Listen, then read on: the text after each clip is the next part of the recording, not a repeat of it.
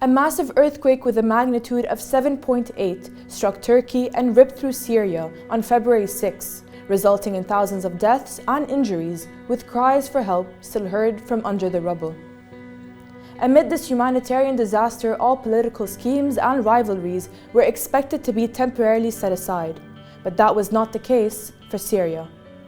Following the earthquake, several Western countries were quick to dispatch search and rescue teams and convoys of aid to Turkey, choosing to deliberately exclude Syria. After Syria officially urged the international community to offer aid, many international countries refused to land in the country for fear of being sanctioned by the EU and the US. This evidently contributed immensely to an increase in the number of victims falling as a result of the earthquake.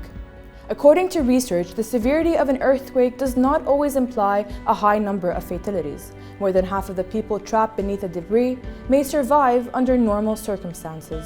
In Syria's case, nothing is normal when it comes to circumstances, living conditions, and building structures exacerbated by 12 years of war, draconian sanctions, and a Caesar Act, setting the scene for a large-scale disaster.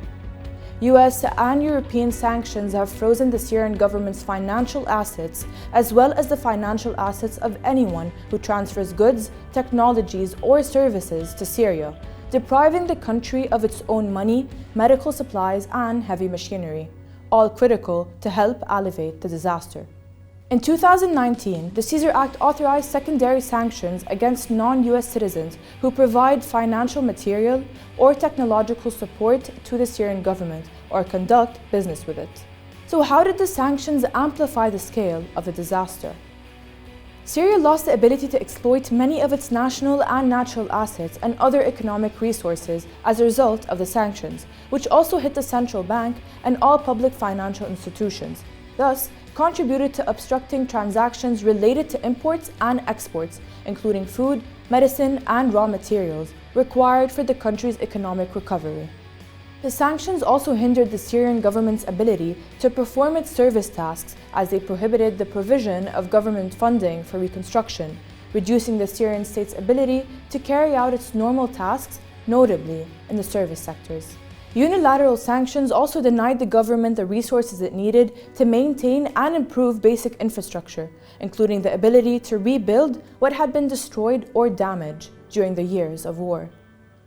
This is why the Syrian government lacks the resources necessary to carry out large-scale operations, to monitor and assess the condition of the buildings, or to work on their reconstruction. After any earthquake, rescue efforts and the recovery of survivors from under the rubble are difficult. The Syrian government struggled to rehabilitate and modernize mechanical and medical equipment, resulting in the slow excavation and recovery of survivors.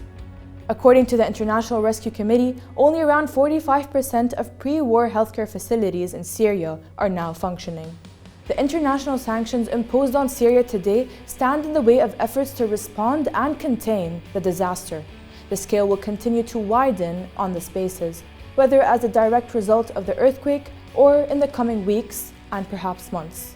The Syrian Ministry of Foreign Affairs has called on the United Nations and competent UN organizations, as well as the International Committee of the Red Cross, among many other humanitarian organizations, to provide aid for the country.